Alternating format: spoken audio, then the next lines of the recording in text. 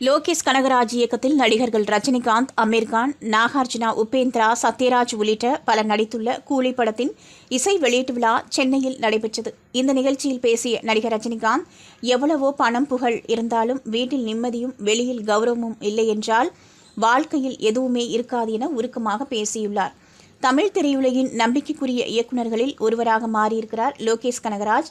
மாநகரம் படத்தின் மூலம் இயக்குநரான லோகேஷ் அதற்கு பிறகு கைதி, மாஸ்டர், விக்ரம், லியோ உள்ளிட்ட படங்களின் மூலம் இந்தியாவின் மோஸ்ட் வாண்டட் இயக்குநராக மாறியிருக்கிறார். இந்நிலையில் தமிழ் திரையுலகின் உச்ச நட்சத்திரமான ரஜினிகாந்துடன் அவர் இணைகிறார் என்ற அறிவிப்பு பலத்த எதிர்பார்ப்பை ஏற்படுத்தியது. தொடர்ந்து பேன் இந்தியா படமாக கூலி அறிவிக்கப்பட்டது. சன் பிக்சர்ஸ் மிக பிரம்மாண்டமாக தயாரிக்கும் இந்த படத்திற்கு அனிருத் இசையமைக்கிறார். மேலும் கமல்ஹாசனின் மகள் ஸ்ருதிஹாசன் படத்தில் முதலாக ரஜினிகாந்துடன் இணைந்து நடிக்கிறார். படத்தின் டீசர், டைட்டில் கார்டு மற்றும் பாடல்கள் வெளியாகி பலத்த வரவேற்பை பெற்றது. குறிப்பாக மோனிகா பாடல் சமூக வலைதளங்களை ஆக்கிரமித்தது. வரும் ஆகஸ்ட் 14ஆம் தேதி படம் ரிலீஸாக இருக்கும் நிலையில் சென்னையில் மிக பிரம்மாண்டமாக ட்ரெய்லர் வெளியீட்டு விழா மற்றும் இசை வெளியீட்டு விழா நடைபெற்றது. இந்நிகழ்ச்சியில் படத்தின் தயாரிப்பாளர் கலாநிதி மாறன், இயக்குநர் லோகேஷ் கனகராஜ், நடிகர்கள் ரஜினிகாந்த், நாகார்ஜுனா, சத்யராஜ், அமீர்கான் உள்ளிட்ட பலர் இந்த இசை வெளியீட்டு விழா நிகழ்ச்சியில் கலந்து கொண்டனர்.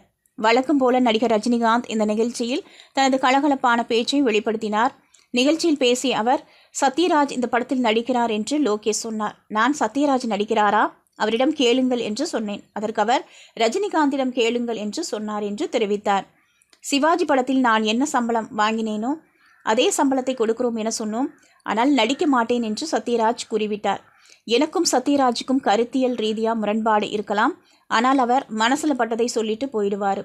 மனசில் பட்டதை சொல்கிறவங்கள நம்பிடலாம், ஆனால் உள்ளேயே வச்சுக்கிட்டு இருக்கிறவங்கள நம்ப முடியாது. 5 ஆண்டுகளா என்னிடம் இன்டர்வியூ எடுக்க வேண்டும் என கேட்டுக்கொண்டிருக்கிறார்கள். ஆனால் நான் தரவே மாட்டேன்.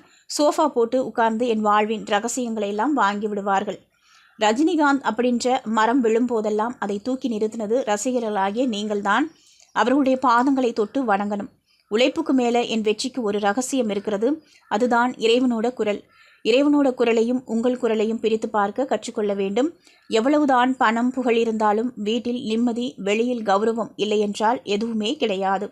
நான் 1950 மாடல் 1,00,000 கிலோமீட்டர் ஓடியிருக்கிறேன். பார்ட்டெல்லாம் உடலில் மாற்றி இருக்கிறார்கள். ஆகவே என்னை பார்த்து ஆட வையுங்கள் என டான்ஸ் மாஸ்டரிடம் கூறினேன். முதலாக லோகேஷ் கனகராஜ் பேசிய போது நான் கமல் ரசிகர் என கூறினார். அதே நேரத்தில் படத்தின் மேக்கிங் பிரம்மாண்டமாக இருந்தது. படத்தை பார்த்ததும் முதலில் லோகேஷ் கனகராஜுக்கு தான் ஃபோன் செய்தேன். படம் நன்றாக வந்திருக்கிறது என பேசினார்.